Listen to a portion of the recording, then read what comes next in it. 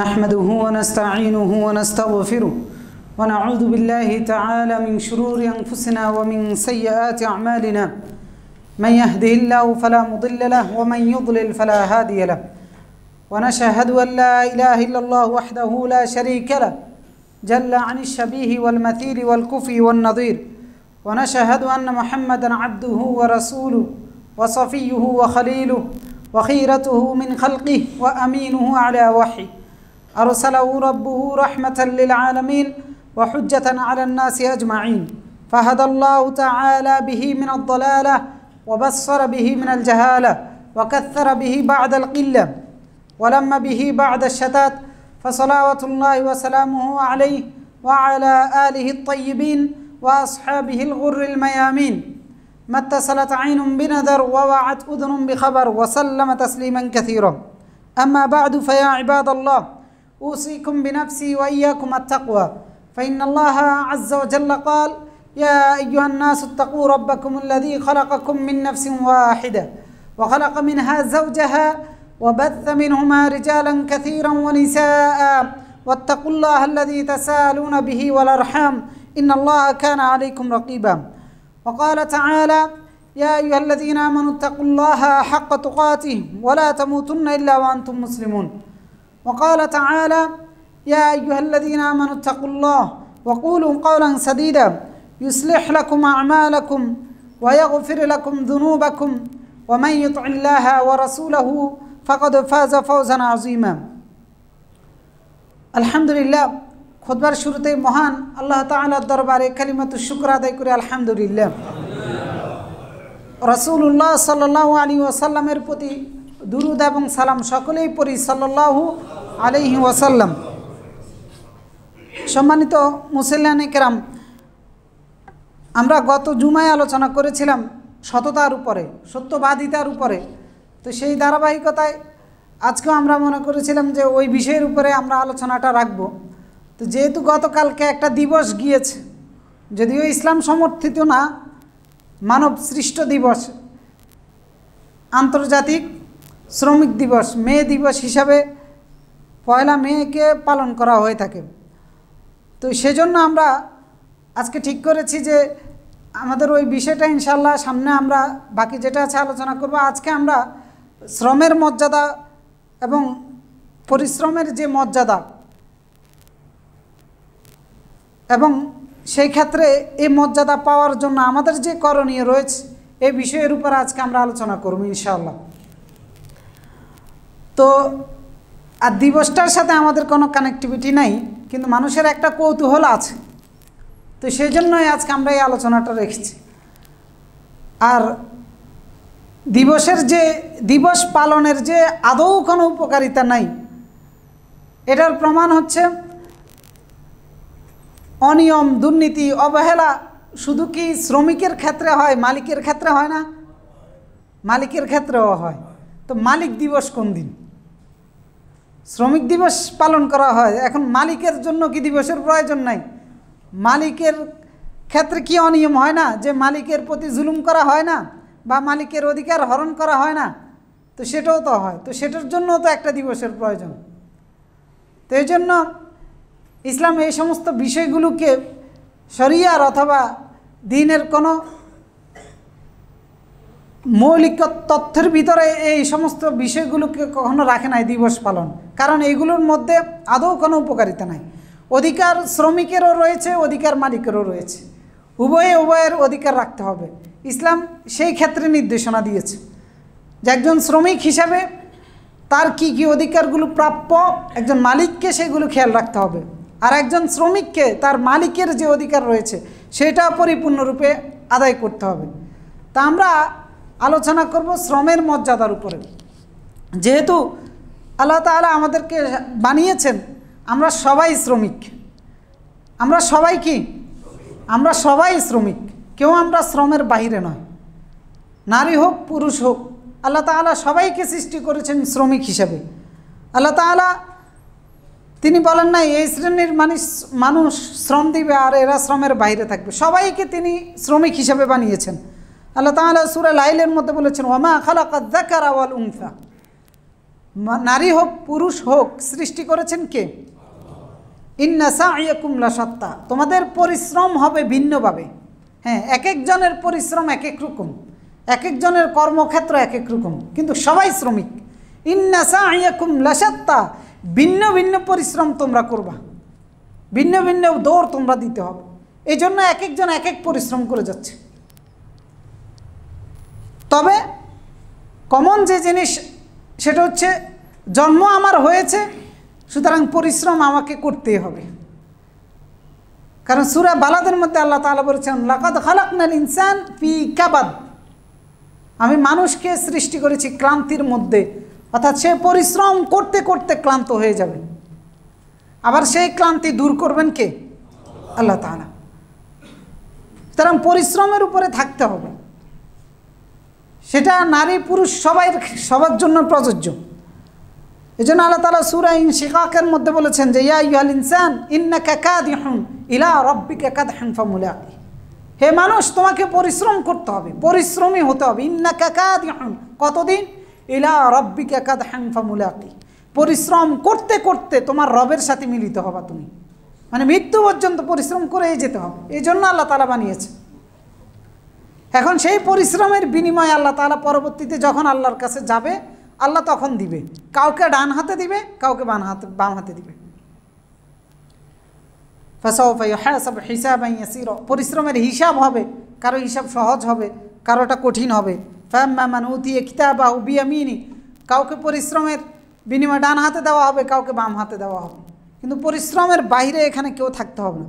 তো সুতরাং স্বাভাবিকভাবে আমরা শ্রম বলতে বা পরিশ্রম বলতে শুধুমাত্র বুঝি যারা বাহিরে পরিশ্রম করে, এরা মানে যারা মাঠে ঘাটে রাস্তাঘাটে দোকানপাটে পরিশ্রম করে, কাজকর্ম করে, লেবারের কাজ করে, দিন মজুরের কাজ করে, আমরা স্বাভাবিকভাবে মনে করি যে শুধু ওরাই শ্রমের মধ্যে আছে। আসলে বিষয়টা এমন নয়, আমাদের সবাই আমরা শ্রমের মধ্যে আছি, কিন্তু এক একজনের শ্রম এক এক রকম। কেউ মাঠে ঘাটে করে, কেউ রাস্তাঘাটে করে, কেউ কৃষি হিসাবে ক্ষেতের মধ্যে করে, আর কেউ আছে আমরা চার দেওয়ালের ভিতরে এসির রুমের মধ্যে বসে পরিশ্রম করতেছে। তো সুতরাং দৌড়ের উপরে, পরিশ্রমের উপরে আমরা সবাই আছি। তো এক্ষেত্রে কেউ কায়িক পরিশ্রম করে, মানে শারীরিক পরিশ্রম হচ্ছে, আবার কারো মানসিক পরিশ্রম হচ্ছে, কারো উভয়টা হচ্ছে।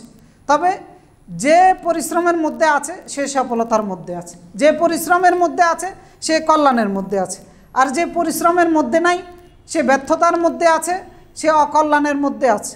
শুধুমাত্র যে তার অর্থনৈতিক অকল্যাণ এমন নয়, তার শারীরিক অকল্যাণের মধ্যে রয়েছে, শারীরিক ব্যর্থতার মধ্যেও রয়েছে। তো এই জন্য যারা চার দেওয়ালের ভিতরে এসির মধ্যে বসে আমরা পরিশ্রম করি, দেখা যায় যে নানান রকমের রোগ বিমার এদেরকে কামড়ে ধরে।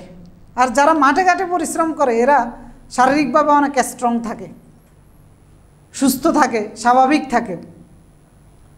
কিন্তু আল্লাহ পরিশ্রমের বাইরে কাউকে রাখেন নাই। চার দেওয়ালের ভিতরে এসির রুমে যিনি ডিউটি করে উনি দেখা যায় পরবর্তীতে বাধ্য হয়ে সকালবেলা দৌড়াইতে হয়, মানে কোনো কাজ ছাড়াই সকালবেলা ঘুম থেকে উঠে 1-1.5 ঘন্টা রাস্তায় গিয়ে দৌড়াতে হয় সুস্থ থাকার জন্য।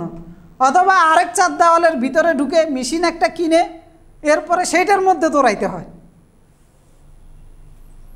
বাজারের ব্যাগ আলগাবে না, তো মানে বাজারের ব্যাগ আপনি তুলতে হবে না, পরে চার দেওয়ালের ভিতরে ঢুকিয়ে এর লোহার ডাম্বল কিনে সেটা তুলতে হয়।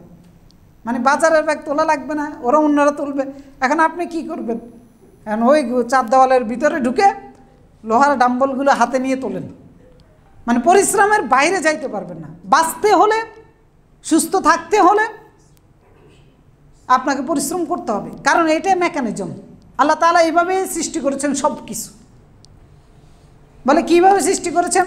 আল্লাহ তাআলা আমাদের বডি ফাংশন করে, আমাদের বডির যে অঙ্গ প্রত্যঙ্গগুলো আল্লাহ তাআলা বানিয়েছেন এগুলো পরিশ্রম উপযোগী করে বানিয়েছেন। আপনার হাত, আপনার পা, আপনার শরীরের ভিতরে যে অর্গানগুলো আছে এগুলো পরিশ্রম না করে এগুলো অকেজো হয়ে যায়।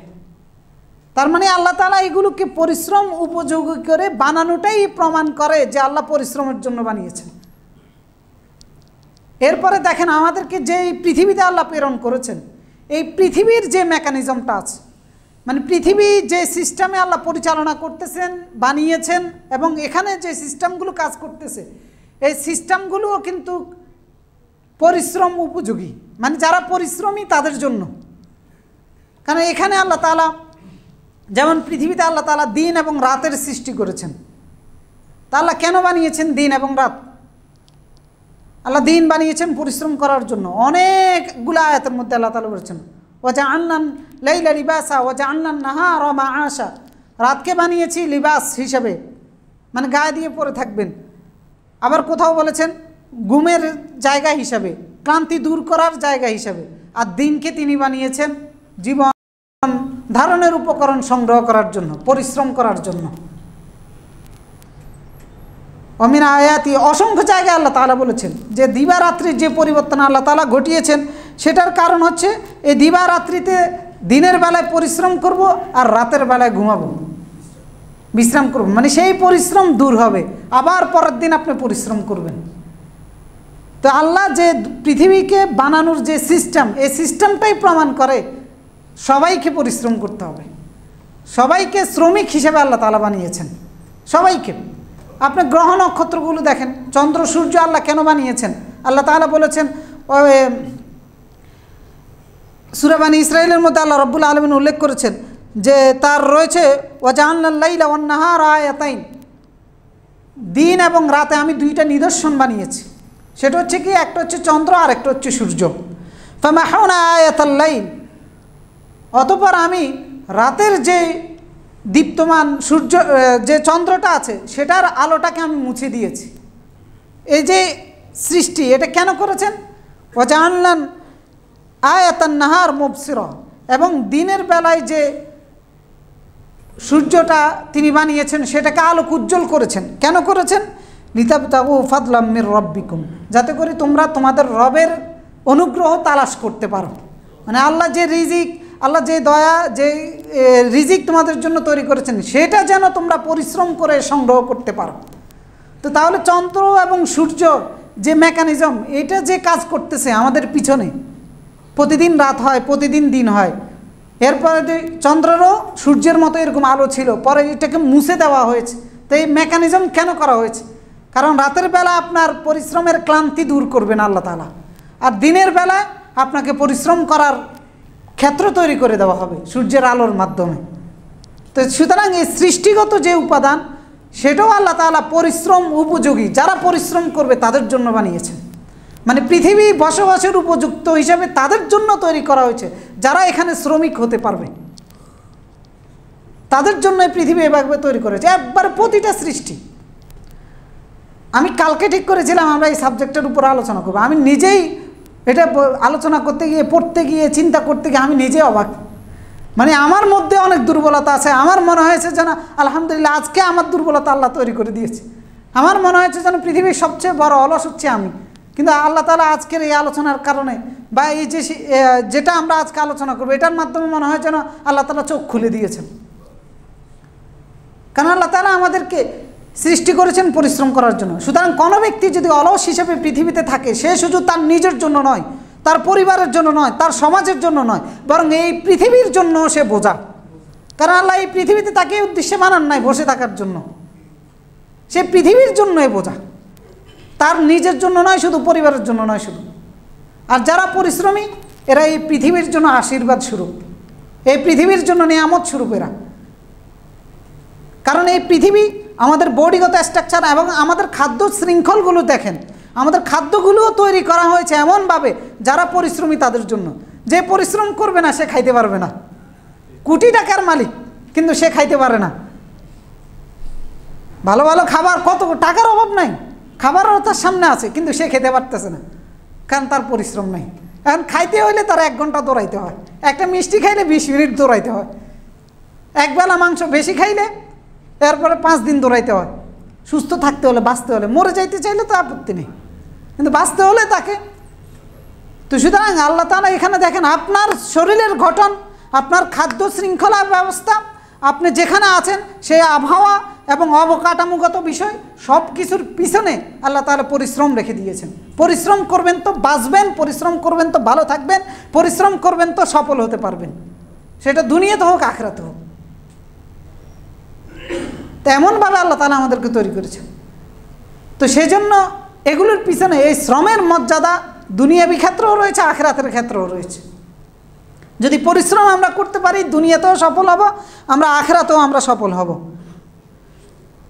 তো এই জন্য পরিশ্রমের মর্যাদা রয়েছে, কিন্তু সেটা আমরা উপলব্ধি করি না। আর পরিশ্রমের মর্যাদা শেখার জন্য আমরা কোরআন হাদিসের ধারি না। মানে কোরআন হাদিসগুলো যে গবেষণা হলে, এগুলো পড়াশোনা হলে কত বড় নিয়ামত, কত মানে উত্তম মানের এবং চিরন্তন সত্য সঠিক গাইডলাইন যে আল্লাহ তাআলা কোরআন এবং সুন্নাহর মধ্যে রেখেছেন, শুধুমাত্র গবেষণার হচ্ছে না বিদায়, এখান থেকে শিক্ষা বের করা হচ্ছে না বিদায় আমরা পাচ্ছি না। কিন্তু আমরা এই সমস্ত কথাবার্তাগুলো খোঁজার জন্য পশ্চিমাদের কাছে ছুটে যাই, যে তারা আমাদেরকে শিখাবে, বলবে, তারা আমাদেরকে বের করে দিবে। কিন্তু আমরা যদি একটু চিন্তা করি, একটু গবেষণা করি, তাহলে তাদের চাইতে ভালো শিক্ষা আমরা গ্রহণ করতে পারি, তাদের চাইতে ভালো পরিশ্রমী আমরা হতে পারি, যদি আমরা কোরআন এবং সুন্নাহকে ভালোভাবে আঁকড়ে ধরতে পারি।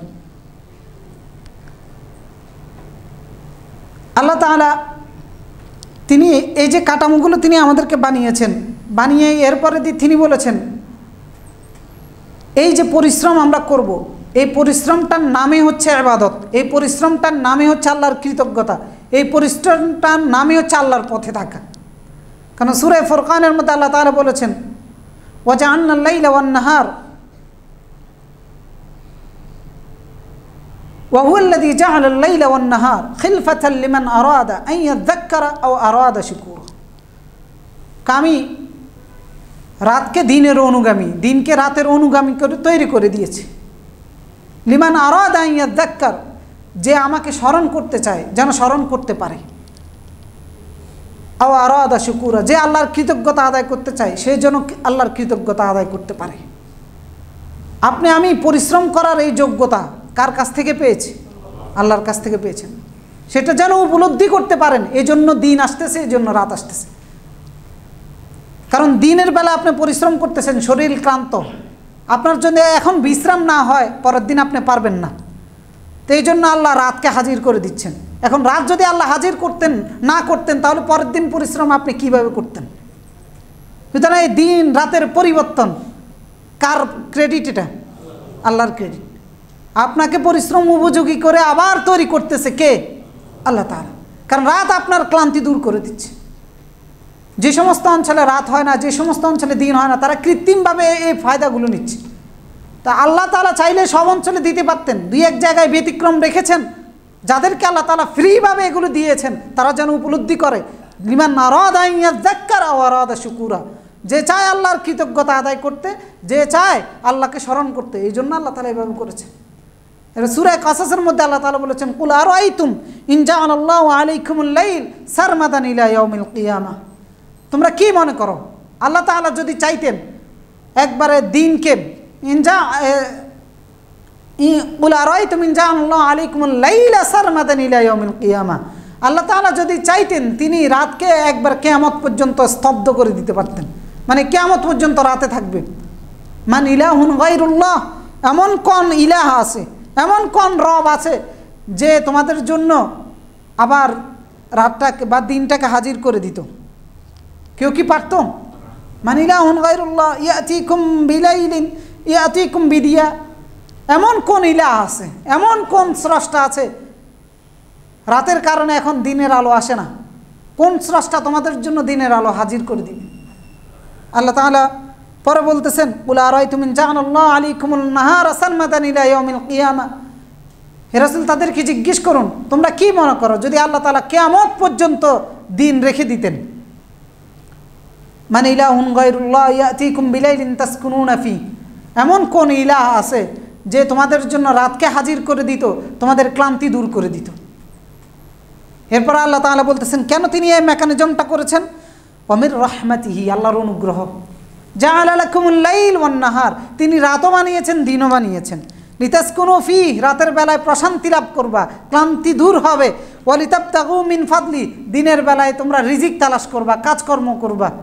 লাআল্লাকুম তাশকুরুন, আর কৃতজ্ঞতা আদায় করবা কার? আল্লাহর। যারা আপনি পরিশ্রম যেটা করতেছেন এটাও আপনার নিজের ক্রেডিট নয়, কার ক্রেডিট?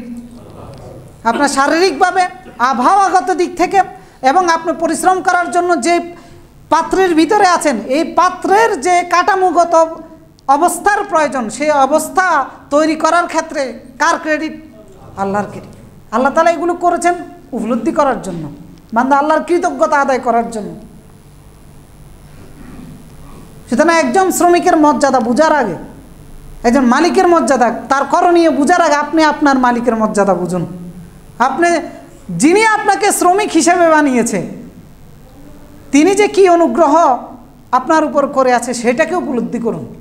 সারাদিন কি খাটুনিটা খাটে লেবারের কাজ যারা করে, ভয় লেগে উঠে, সারাদিন কি পরিশ্রম করে, এর পরের দিন আবার করতেছে, এর পরের দিন আবার করতেছে, মাসের পর মাস, বছরের পর বছর করেই যাচ্ছে। সম্ভব কিভাবে? কারণ আল্লাহ তাআলা তাকে এই তৌফিক দিয়েছেন, দিনের মাধ্যমে, রাতের মাধ্যমে, তার শারীরিকভাবে, গঠনগতভাবে এবং খাবারের মাধ্যমে, সব কিছুর মাধ্যমে। কোনো কিছুর মধ্যে আমাদের কারো ব্যক্তিগত কোনো ক্রেডিট আছে? নিজের কোনো অবদান আছে? কোনো অবদান নেই, কিচ্ছু নাই। বান্দা হিসেবে উপলব্ধি করি না, চিন্তা করি না।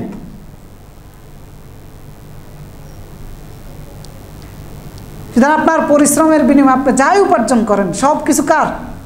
আল্লাহ তাআলার। সুতরাং এগুলোর মাধ্যমে আল্লাহকে চিনা, আল্লাহকে বুঝা, এই জন্য আল্লাহ তাআলা এইভাবে পরিবর্তনগুলো ঘটিয়েছেন। তো সুতরাং পরিশ্রমের মর্যাদা রয়েছে।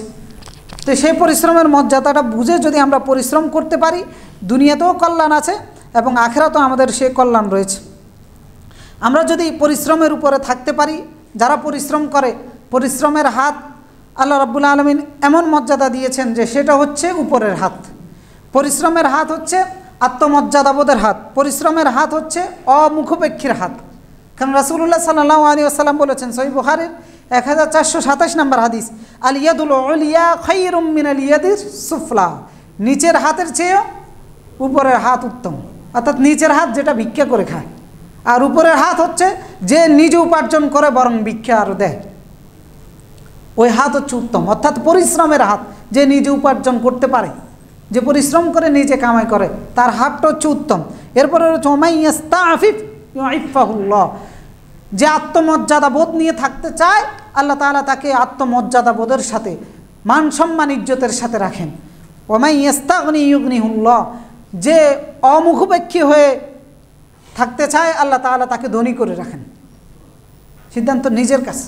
তো সেটা কীভাবে বাস্তবায়ন করবেন? পরিশ্রমের ভিত্তিতে, নিজের মান সম্মান ইজ্জত কামাই করা। এরপর আল্লাহ তাআলা কোরআনে আমাদেরকে নির্দেশ দিয়েছেন বসে থাকার জন্য নয়। সূরা জুমার মধ্যে আল্লাহ তাআলা কী বলেছেন? ফাইদা কুদিয়াতিস সালাহ ফান্তাশিরু ফিল আরদ ওয়াবতাগু মিন ফাদলিল্লাহ, সালাত সমাপ্ত হয়ে গেলে জমিনে ছড়িয়ে পড়ো। ফান্তাশিরু ফিল আরদ, জমিনে যাও, ছড়িয়ে ছিটিয়ে যাও, এক একজন এক এক জায়গায় যাবে। ওয়াবতাগু মিন ফাদলিল্লাহ, আর আল্লাহ তাআলা ছিটিয়ে ছিটিয়ে যে রিজিক, যে অনুগ্রহ রেখে দিয়েছেন সেগুলো সংগ্রহ করবে।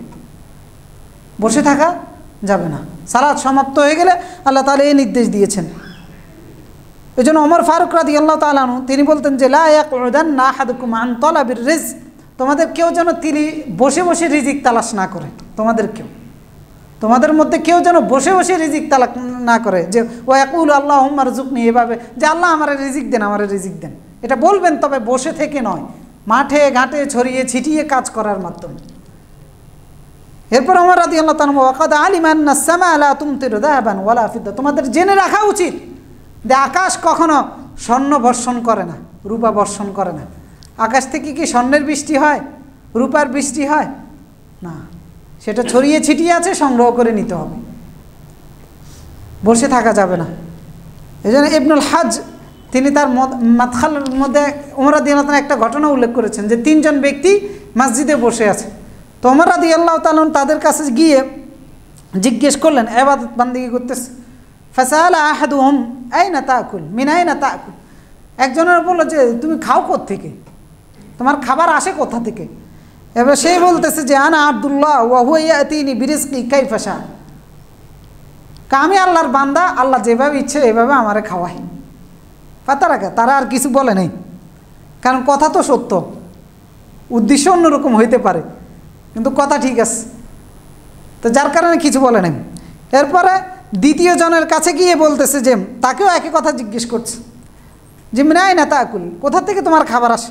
তো তখন সে বলতেছে যে আমার একজন ভাই আছে, সে কুড়াল নিয়ে কাঠ কাটে আর সেই কাঠগুলো পিঠের উপরে বহন করে বাজারে বিক্রি করে, আর ওই ভাই আমার সাহায্য সহযোগিতা করে, সে আমার জন্য খাবার আনে, বাস আমার ওইটা দিয়ে দিন চলে।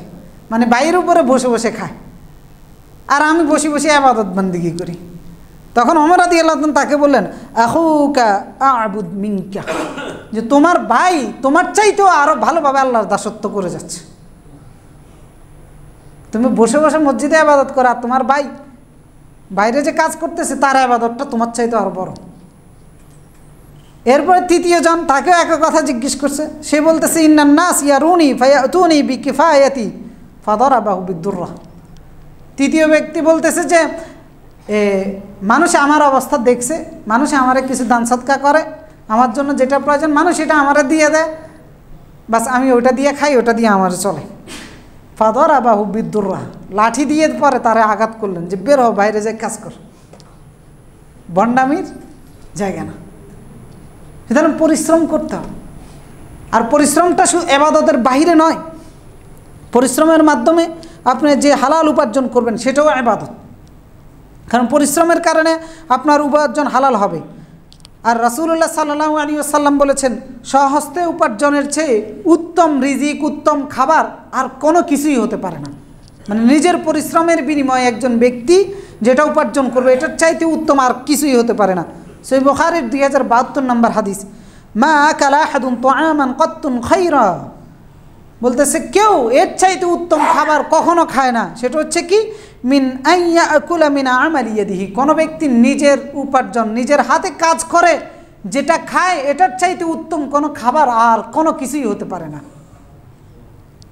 আপনি নিজে উপার্জন করে যেটা খাবেন, নিজে কাজ করে যেটা পাবেন। ওয়ান্না নবিয়্যুল্লাহ দাউদ আলাইহিস সালাম, এবারে দাউদ আলাইহিস সালামের উদ্ধৃতি দিয়ে রাসূলুল্লাহ বলতেন কানা ইয়াকুলু মিন আমালি ইয়াদিহি, নিজে হাতে কাজ করে তিনি খাবার খেতেন, মানে উপার্জন করে খেতেন, বসে বসে খেতেন না। রাসূলুল্লাহকে জিজ্ঞেস করা হয়েছিল যে সর্বোত্তম উপার্জন কোনটা, তখন রাসূলুল্লাহ সাল্লাল্লাহু আলাইহি সাল্লাম বলেছে আমারুর রাজুল বিয়াদিহি, কোনো ব্যক্তি নিজ হাতে যে কাজটা করে সেটার বিনিময়ে যে উপার্জনটা হয় সেটা হচ্ছে সর্বোত্তম। এই জন্য পরিশ্রমবিহীন উপার্জনকে রাসূলুল্লাহ বর্জনা করেছেন, তিরস্কার করা হয়েছে, নিন্দা করা হয়েছে। সেটা হালাল হলেও, পরিশ্রমবিহীন উপার্জন সেটা হালাল হলেও সেটাকে বর্জনা করা হয়েছে। যেমন কোনটা আছে, ভিক্ষাবৃত্তি, এটা কি হারাম? হালাল।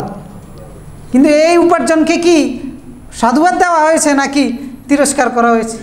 তিরস্কার করা হয়েছে, অথচ এটা হালাল, কারণ এটার মধ্যে পরিশ্রম নাই, এই জন্য এটাকে তিরস্কার করা হয়েছে।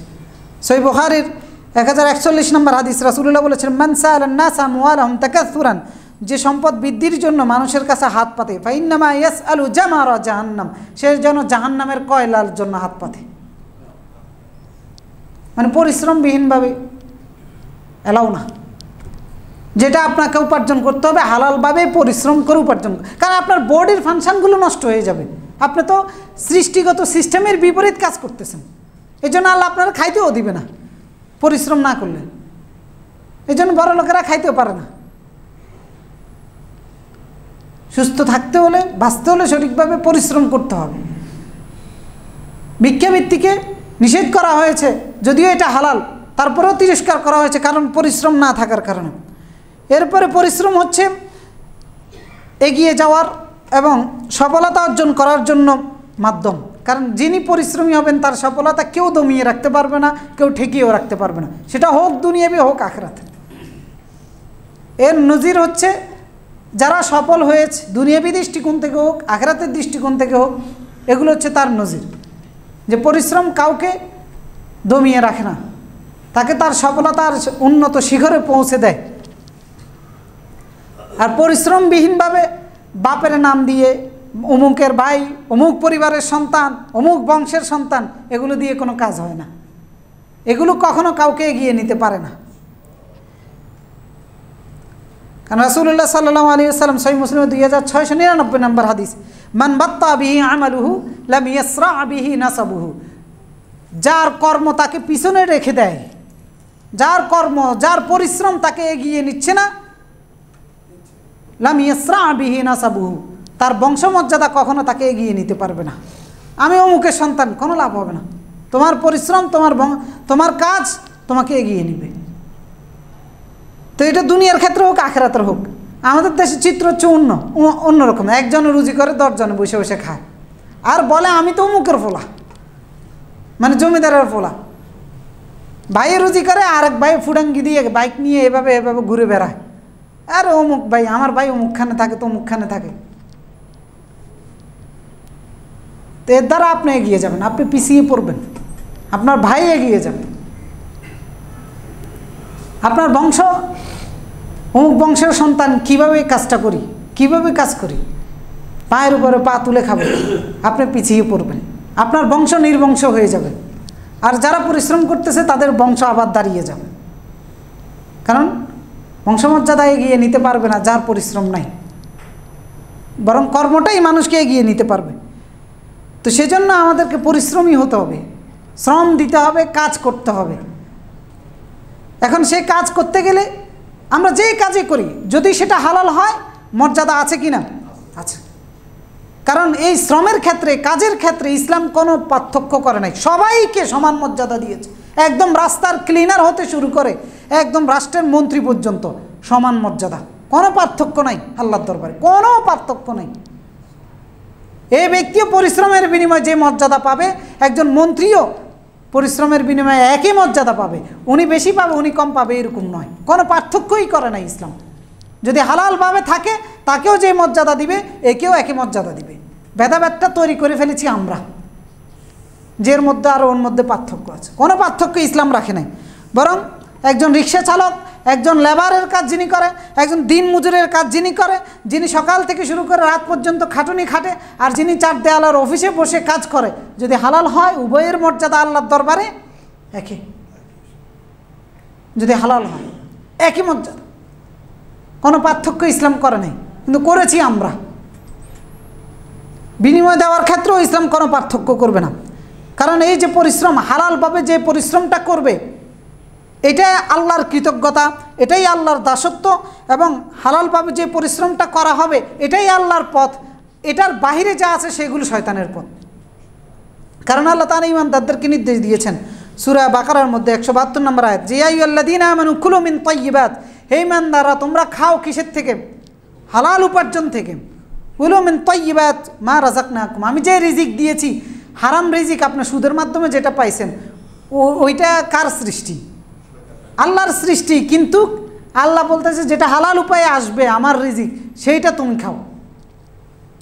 এই পৃথিবীতে যত খাবারে আছে এগুলো কার বানানো? আল্লাহর বানানো। কিন্তু যেটা আল্লাহ হালাল করেছে সেটা খাও, আল্লাহ তাআলা বললেন। কারণ খাইলে কি হবে? ওয়াশকুরু লিল্লাহ, এটাই আল্লাহর কৃতজ্ঞতা হবে। ইন কুনতুম ইয়্যাহু তা'বুদুন, যদি তোমরা আল্লাহর দাসত্ব করো, তার মানে এটাই হচ্ছে আল্লাহর দাসত্ব।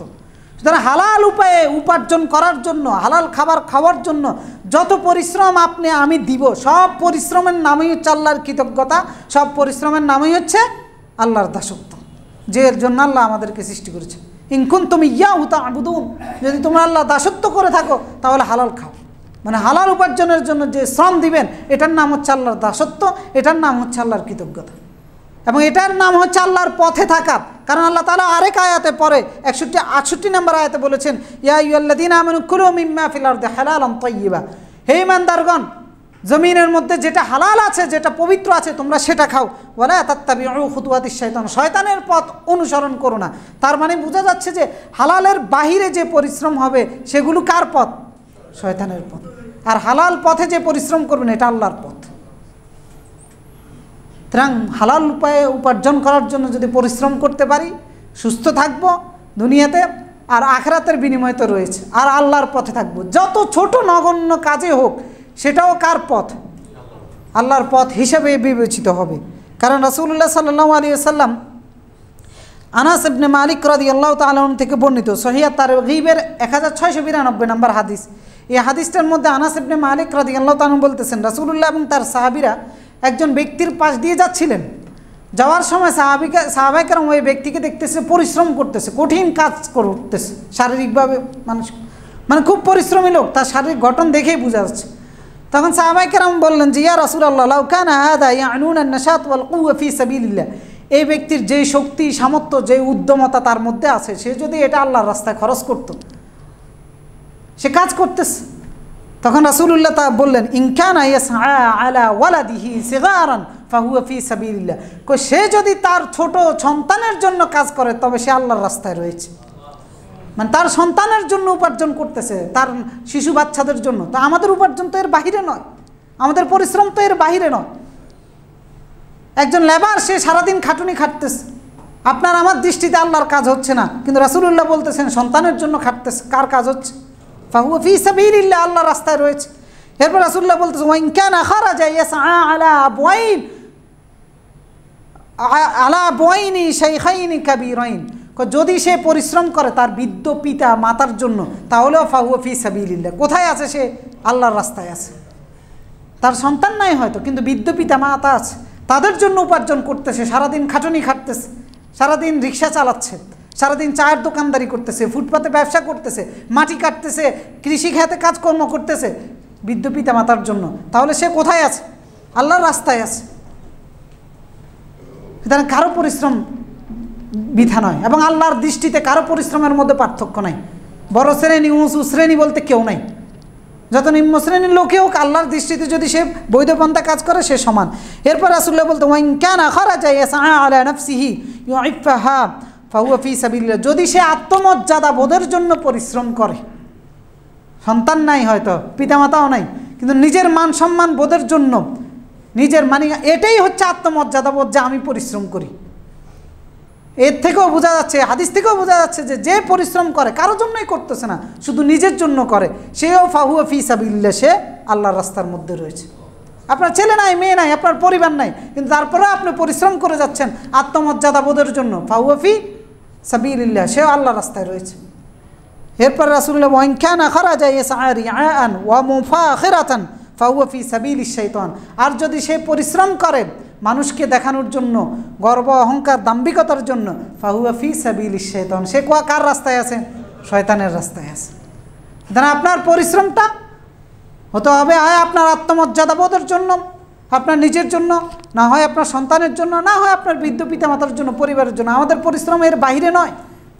আপনি অফিসে কাজ করেন, সরকারি চাকরি করেন, আর দিন মজুরের কাজ করেন, যেই করেন, প্রত্যেকের পরিশ্রম এর বাহিরে নয়। সুতরাং প্রত্যেকের মর্যাদা সমান। আফদল দিনার দিনারুন রাজুলুন ইউনফিকুহু আলা ইয়ালিহি, সর্বোত্তম ব্যয়, সর্বোত্তম টাকা হচ্ছে ওইটা যে ব্যক্তি কামাই করে না নিজের পরিবারের জন্য খরচ করতেছে, সুতরাং সেও শ্রমের মর্যাদা পাচ্ছে। সুতরাং আপনি আমি কেউ পরিশ্রম যে অ্যাঙ্গেল থেকেই করি না কেন, মর্যাদা আমার জন্য প্রত্যেকের জন্য সমান। আপনি এটা মনে করার কোনো কারণ নাই যে মসজিদের ইমাম হওয়ার কারণে ওনার মনে হয় বেশি, আর আমি মনে হয় জারুদার হওয়ার কারণে আমার মনে হয় কম, এরকম না। বরং ক্ষেত্র বিশেষের নিম্ন শ্রেণীর যাদেরকে আমরা হেয় করে দেখি, তাদের মর্যাদা আপনার আমার চাইতে আরও অনেক বেশি, অনেক বেশি। কারণ তাদের মধ্যে অহংকার থাকে না, তাদের মধ্যে দাম্ভিকতা থাকে না, বিনয় থাকে। আর যারা আমরা একটু লেভেলের দিক থেকে উঁচু লেভেল নিজেদেরকে নিজেরা বানিয়ে নিয়েছি, আমাদের মধ্যে দাম্ভিকতা থাকে, অহংকার থাকে, আমাদের পরিশ্রমগুলো সেই কারণে নষ্ট হয়ে যায়। রিয়া থাকে আমাদের মধ্যে মুফাখারা থাকে, মানে একজন আরেকজনের চাইতে গর্ব করার জায়গাগুলো থাকে। তার আল্লাহ রাসূল বলতেছে এটা শয়তানের রাস্তা। সুতরাং আমাদের পরিশ্রম দেখা যায় যে বৃথা যাচ্ছে অনেক ক্ষেত্রে। বড় বড় অফিসার, আপনি সন্তানের পিছনে কোটি টাকা ব্যয় করতেছেন, আরেকজন 5,000 টাকা উপার্জন করে 50 টাকা ব্যয় করে, তারটা আল্লাহর কাছে উত্তম হয়ে যাচ্ছে, আর আপনার কোটি টাকারও কোনো মূল্য থাকতেছে না। সুতরাং পরিশ্রমের ক্ষেত্রে ইসলাম পার্থক্য করে না, এমনকি নারী পুরুষেরও কোনো পার্থক্য করে নাই। একজন নারী হিসেবেও আপনি যে পরিশ্রমগুলো করতেছেন এগুলো আল্লাহর রাস্তায় হবে কিনা? আপনি সারাদিন বসে বসে সন্তানের জন্য খাবার তৈরি করে দিচ্ছেন, পরিবারের সদস্যদের জন্য তৈরি করে দিচ্ছেন, এগুলো কার জন্য হবে? এগুলো আল্লাহর রাস্তার পরিশ্রম হিসেবে গণ্য হবে, এগুলো আল্লাহর রাস্তার পরিশ্রম হিসেবে গণ্য হবে। এজন্য যে সমস্ত নারীরা ঘরের মধ্যে বসে থাকেন, কাজকর্ম করেন না, ফজিলত থেকে বঞ্চিত হচ্ছে। নিজের পরিবারের সদস্যদেরকে নিজে তৈরি করে খাওয়ান না, বুয়ে দিয়ে খাওয়ান, নিজের ঘরের কাজগুলো নিজে করেন না, আপনি তো শারীরিকভাবে সুস্থ থাকতেও পারবেন না। এমন এক দুনিয়াতে আমরা এখন বসবাস করি, যে রুমে খাই সেই রুমে ত্যাগ করি, সেই রুমে ঘুমাই, সেই রুমে সব কিছু এক রুমের মধ্যে, মানে এমন এক জীবন ব্যবস্থার মধ্যে আমাদেরকে আটকে ফেলা হয়েছে। আর এটাকে নাম দিয়ে দিয়েছি উন্নত সভ্যতা, এটার নাম হচ্ছে উন্নতি, এটার নাম নাকি অগ্রগতি। মানে সুস্থ থাকতে পারি না, স্বাভাবিক থাকতে পারি না, আল্লাহ এভাবে বানায় নাই তো আমাদেরকে। আল্লাহ আমাদেরকে সুস্থতা আমাদেরকে বানিয়েছে, মাঠে ঘাটে ছড়িয়ে ছিটিয়ে থাকবো আর সুস্থ থাকবো আর কাজ করব। আর আমরা এখন নিজেদেরকে একটা রোমের মধ্যে আবদ্ধ করে ওই রোমের ভিতরে খাওয়া, সেখানেই ঘুম, সেখানেই থাকা, সেখানেই আগা, সব সুস্থ থাকবো কীভাবে? মানে এক অসুস্থ পৃথিবীতে আমরা বসবাস করতেছি, আর এই অসুস্থ পৃথিবীটাকে নাম দিয়ে দিয়েছি উন্নতির এবং অগ্রগতির, সভ্যতার নাকি সোনালী যুগ চলতেছে। মানে সৃষ্টির পুরো বিপরীত আমরা চলতেছি, কারণ পশ্চিমারা আমাদের মাথার মধ্যে ঢুকাই দিছে যে এটার নাম উন্নতি, এটার নাম অগ্রগতি, এটা হচ্ছে উন্নত সভ্যতা। অথচ ইসলাম এই পৃথিবীতে বরবাদ করে নাই, এবং মুসলমানের হাত দিয়েও আল্লাহ তাআলা এই পৃথিবীর কোনো কিছু বরবাদ করেন নাই। এই উন্নতির নামে যে ধ্বংসলীলাগুলো তৈরি হয়েছে এবং মানুষের জীবনের যে স্বাচ্ছন্দ্য হারিয়ে ফেলেছে, বিনোদন যে নষ্ট হয়ে গেছে, এগুলো কোনোটাই ইসলাম এবং মুসলমানদের হাত দিয়ে হয় নাই।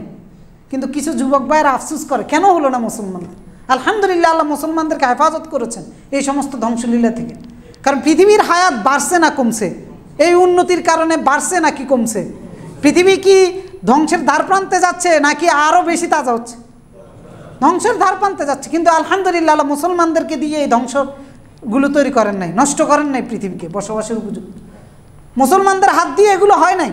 উন্নতির নাম নিয়ে, অগ্রগতির নাম দিয়ে, বিজ্ঞানের নাম দিয়ে, উন্নত সভ্যতার নাম দিয়ে, আধুনিকতার নাম দিয়ে আল্লাহ তাআলা এই কাফের গোষ্ঠীরাই এইগুলো করেছে, মুসলমানরা করে নাই। দেন যদি আমরা পরিশ্রমের উপরে থাকি, সেটা আমাদের জন্য ভালো। তো এই মর্যাদা যে পরিশ্রমের পিছনে রয়েছে, নারীর জন্য রয়েছে, পুরুষের জন্য রয়েছে, লেবারের জন্য রয়েছে, একজন অফিসারের জন্য রয়েছে, সবার জন্য রয়েছে। কিন্তু হালাল উপায়ে সেই পরিশ্রমটা আমাদেরকে করতে হবে। হালাল উপায়ে যদি আমরা পরিশ্রমটা করি, তাহলে আপনি পেশার ভিত্তিতেও মর্যাদা পাবেন। মনে করেন একজন টোকাই, আমরা তো তাকে খুব মানে বাঁকা চোখে দেখি, ঘৃণার সাথে দেখি। এখান থেকে যখন ময়লাগুলো নিয়ে যাইলে তো আমরা নাক ধরি, এমনকি চোখও ডেকে ফেলি, যে মানে কি একটা অবস্থা।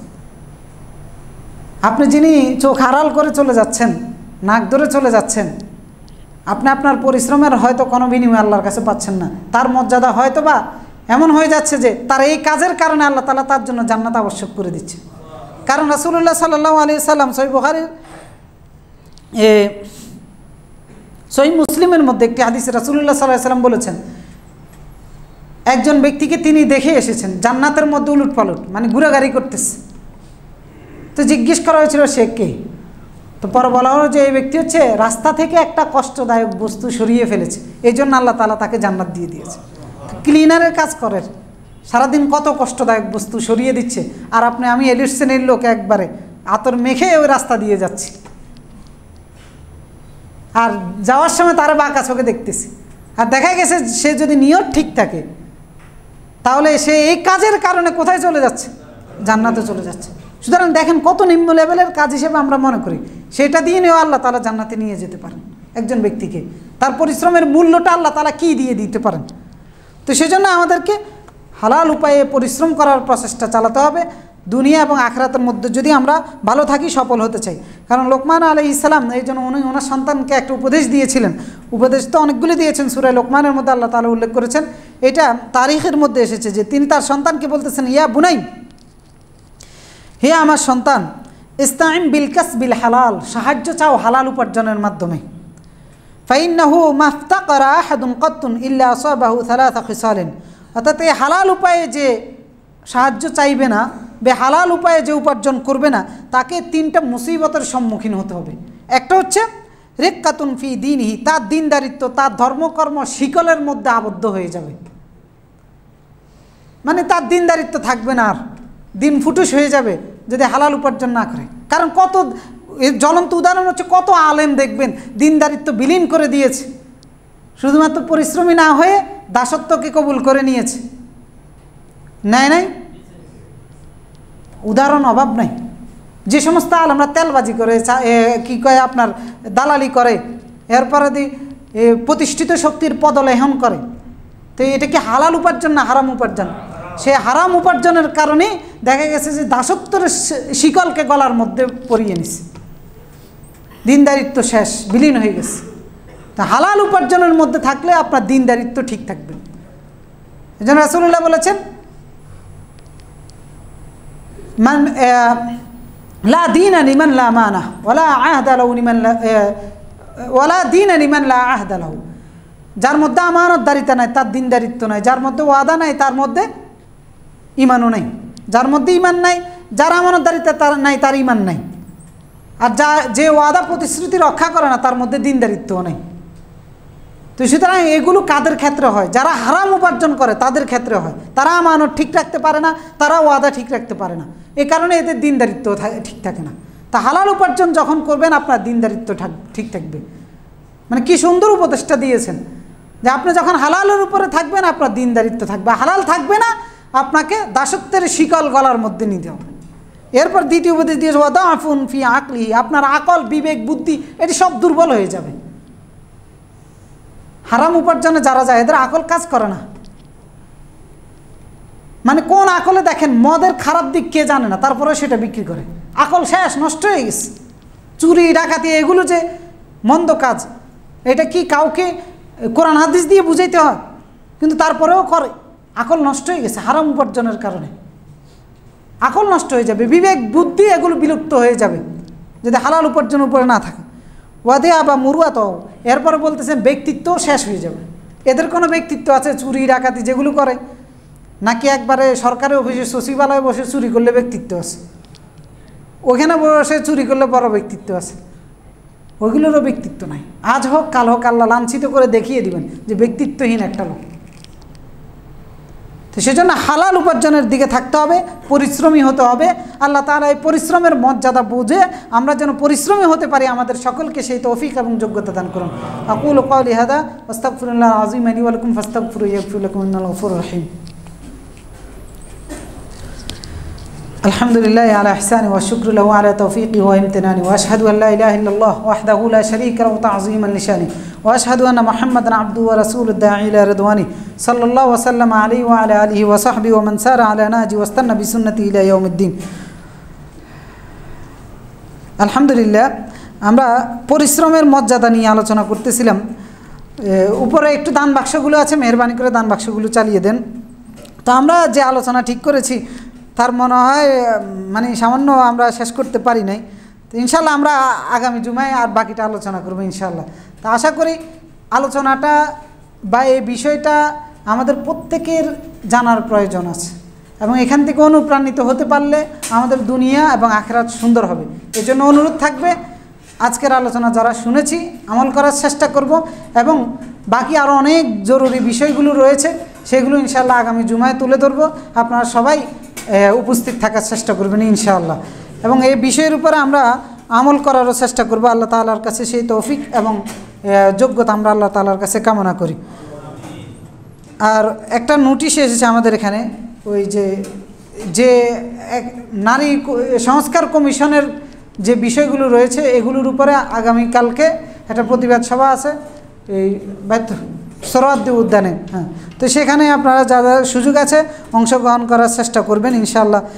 নারী দেখেন কত জঘন্য কমিশন হলে, আমরা এই শ্রম নিয়ে আলোচনা করতেছি, একজন শ্রমিক শ্রম দিবে, আর সেখানে এরা প্রস্তাব করছে কি নারীদেরকে যৌনকর্মী হিসেবে শ্রমিকের মর্যাদা দেওয়ার জন্য। নাউজুবিল্লাহ, মানে এটাও একটা শ্রমের বিষয় হয়ে গেল।